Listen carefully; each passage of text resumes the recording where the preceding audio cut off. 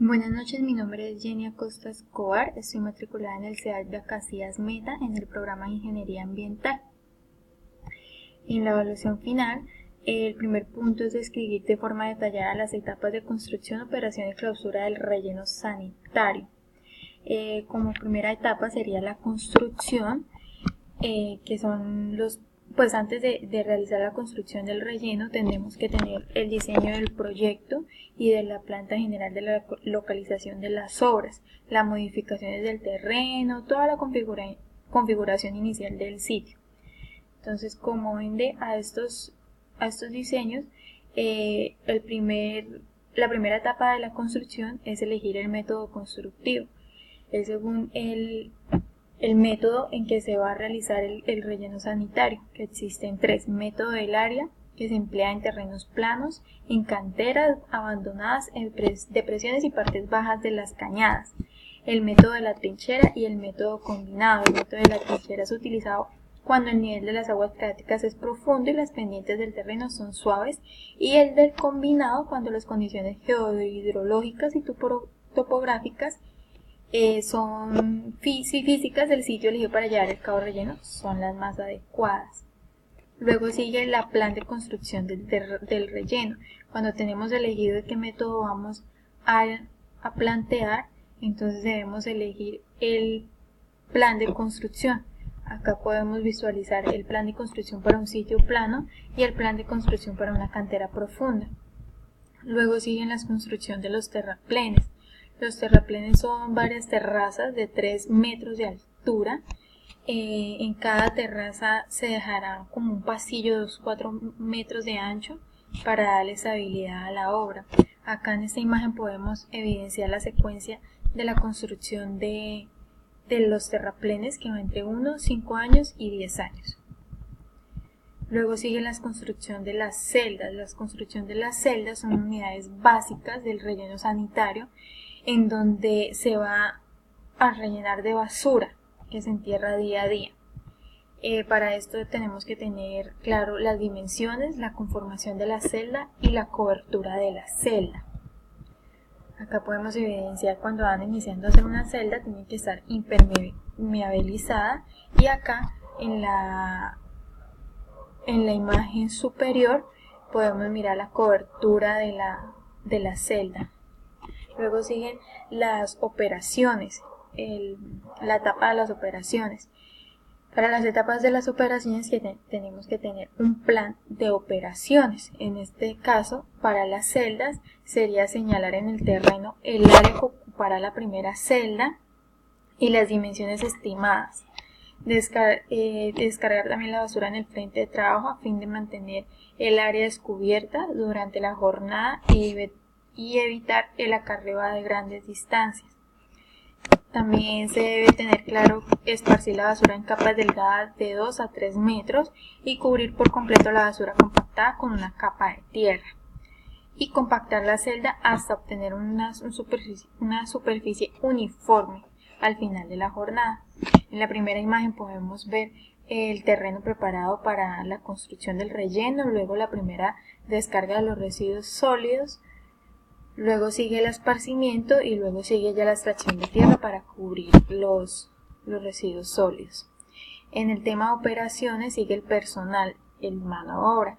El personal debe ir todos los trabajadores del municipio, pues para así fomentar la economía en donde se realiza el relleno sanitario.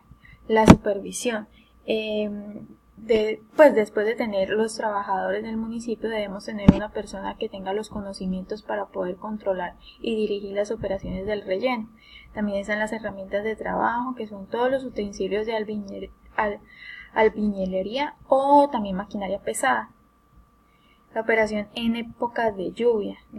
Se tienen que tener varias previsiones para cuando empiece esta época, que es como tal cubrir o total parcialmente la superficie del relleno sanitario con un plástico, construir una vía o camino artificial y programar el movimiento de tierra para los periodos secos. A manera de rutina, se debe cubrir el material con un plástico, así para impedir las aguas lluvias infiltren a través de la basura. Acá podemos ver en la primera imagen cómo las previsiones que se toman en épocas de lluvia. Luego sigue la clausura del relleno. La clausura del relleno, como primera medida, se debe hacer la divulgación de la clausura, que es como tal informar a la autoridad ambiental y de salud y a la institución reguladora y a la población sobre la clausura del relleno. Luego sigue los pasos y acciones que se deben como tal correctivos. Sería tener un plan de acción para los segregadores de basura, pues para fomentar la economía en la región. Y acciones de carácter correctivo, que es levantar una cerca para limitar el acceso a personas extrañas, pues para que no sigan botando ahí los residuos, y colocar un cartel o aviso donde se informe que pues el relleno ya está clausurado, y recoger los materiales que se encuentren dispersos alrededor del relleno. Realizar programas de exterminio de roedores. También en ocasiones se debe brindar protección a la masa de los residuos sólidos de la base de las taludes a los terraplenes de basura. También se debe instalar drenajes experimentales para evitar la infiltración del agua, y sembrar pasto o grama con el propósito de darle una mejor apariencia al sitio. El uso futuro del botadero. Si no se ha tenido un control durante la construcción de los terraplenes de basura, se recomienda que los rellenos de pequeñas poblaciones sean transformados en zonas verdes. El segundo punto, como la evaluación final, es realizar un análisis poblacional de la región. Yo vivo en la ciudad de Villavicencio, y la ciudad de Villavicencio cuenta actualmente con una población de 495.227 según el censo del DANE, y con una estimación de crecimiento del 2.24 anual. Entonces, para llevar a cabo la población que tendremos a 20 años, se aplicó el método geométrico.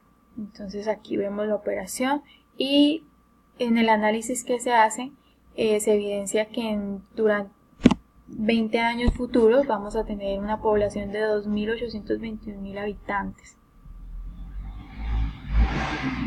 El desarrollo del cronograma de las etapas de construcción.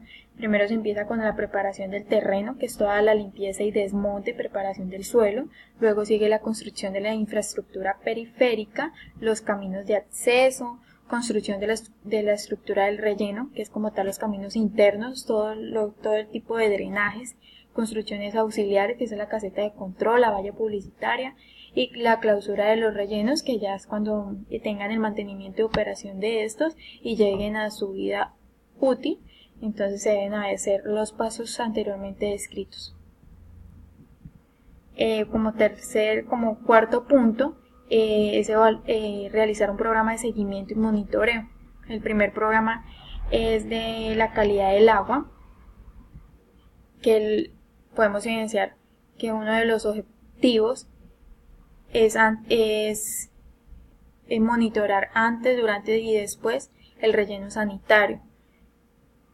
En las etapas del proyecto van a ser construcción y operación, y los indicadores que se van a tener en cuenta es el pH, la demanda química de oxígeno, todos los parámetros que podemos encontrar en esta tabla, y los responsables de este programa deben ser los contratistas del relleno sanitario. Luego sigue el sistema de tratamiento de residuos.